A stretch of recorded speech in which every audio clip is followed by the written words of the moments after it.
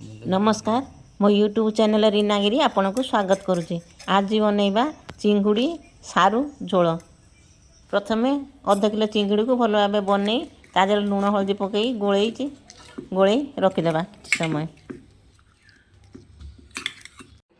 आम नहीं अध किलो सारू आवश्यक अनुजाई काटि आउ नहीं गोटे आलू। प्रथमे सारू को भल भाव चोपा छड़े काटिनवा। चिंगुड़ी सारू आंबुल पकई झोल कले तार स्वाद टिके अलगा।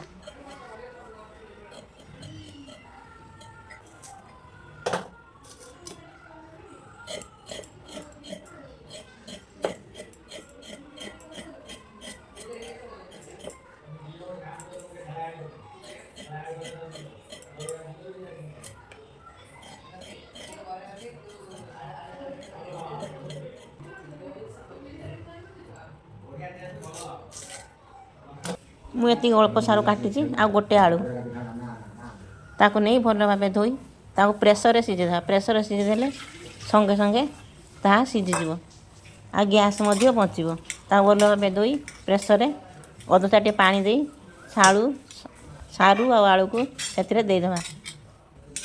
गोटे टमाटो धोई से आलू सारू रे देदेबा। आवश्यक अनुसार लुण आ हलदी देदेबा। ढांकुणी बंद करी गोटे सीटी पर्यंत गोटे सीटी ओल्लई दबा।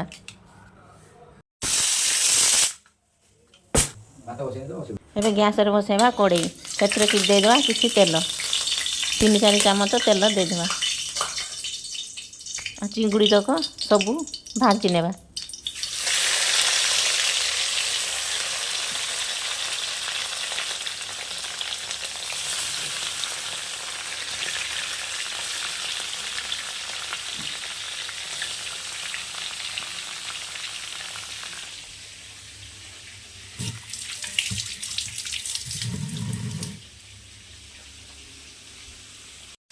गोटे पट चिंगुड़ी होगला आ गोटे पट नौटे देवा। एते गोटे पट हो सारी नौटे देवा। आमिष गंध बाहर चिमिटा किसी समय चलई देवा।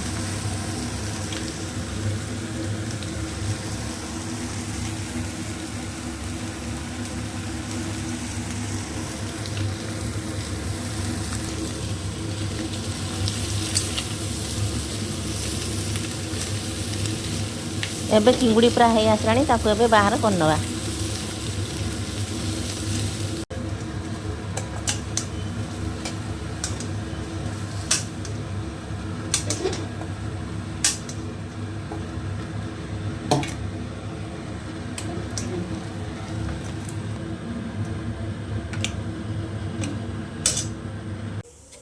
एबे कड़े रे 2-3 चामच तेल दवा से अल्प जीरा फुटे देवा गोटा जीरा से गोटे तेजपत्र देदेबा।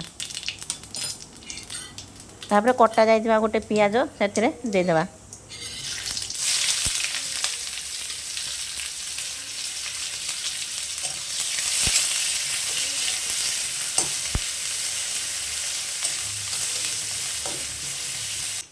एबे पियाज नाली हो जाइए से अदा रसुण पेस्ट देवा 1 चामच। एबे मसला को भल भाव कषि नेबा तार कंचा गंध जेपरी दूर हो जिवो। अल्प टिके पानी देदेबा 1 चामच काश्मीरी लंका गुंड देवा। चिकन मसला अल्प अध चामच देवा।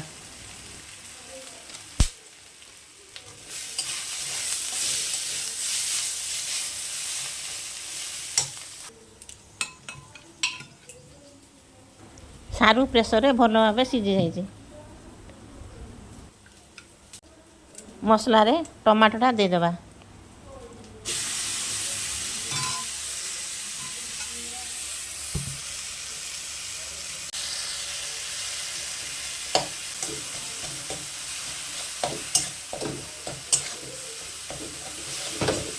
एबे मसला है आसलानी अल्प टिके पानी देदेबा। ये भल भाव मसला टी फुटे नवा। एबे मसला हो जाए से सीधा जाइए आलू आ सरू सबुतक देदेबा।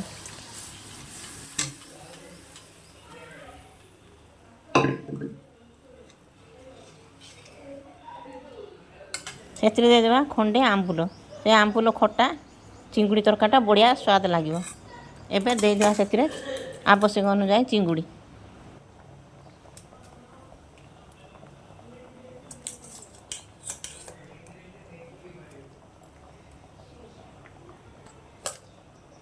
ଚିଙ୍ଗୁଡ଼ି ତରକାରୀ ଦେଲା ପରେ ତାହାକୁ କିଛି ସମୟ ମଧ୍ୟ ଫୁଟାଇ ନେବା।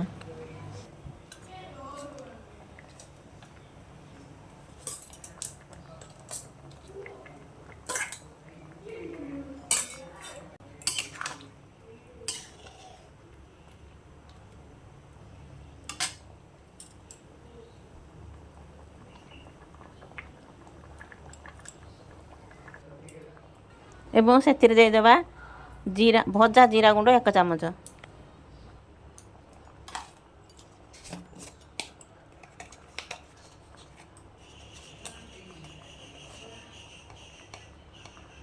ହୋମମେଡ୍ ଗରମ ମସଲା 1/2 ଚାମଚ।